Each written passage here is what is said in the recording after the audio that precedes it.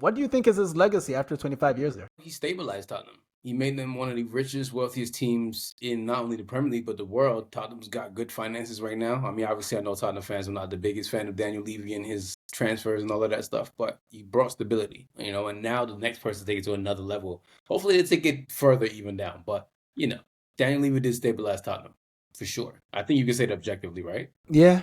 I'll give him credit for that. I know Spurs fans haven't always thought of him as their favorite. The issue with Dan Levy was that as much as he did for that club, it was always clear to me that he didn't really understand football, the sport itself. He understood how to, build a stadium. He understood how to make money. He understood how to negotiate very well for the assets that belong to the club. But I don't think he ever understood team building or taking advantage of great opportunities.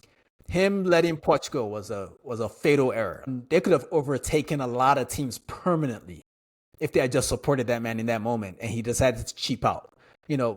Cutting bait on Mourinho the day before you go for a trophy. That was the most ridiculous shit ever. I know he's annoying, but just let him annoy you for another weekend. That's it.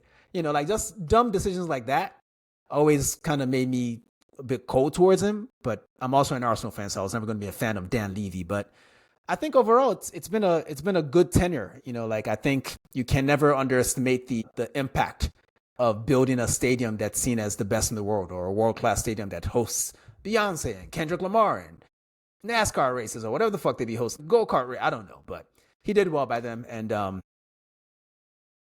I don't know. We'll see what Tottenham fans say about him afterwards, but what I've seen on the internet so far hasn't been pleasant, but we'll see in a couple weeks. Let's give it some time. As far as the transfers go, they brought in Mohamed Kudus, Yao Polinia. They made the Mathis Tel transfer permanent, but he's not part of their Champions League squad. Weird. Kevin Danso, also permanent. Luka Vuskovic, they sent him to Hamburg, I think. They brought in a guy named Takai, and on deadline day, they brought in Randall Kolomuani. You forgot Xabi Simons. What's that? Oh, and Xabi Simons, yes, the biggest of them. My bad. I'm an Arsenal fan. I'm not supposed to care about this shit. But I kind of like their window. I like the window a lot. And also, shout out to Kolomuani. I'm the only nerdiest person in the world who noticed this, by the way. He went number 39. So shout out to Nicolas Anelka.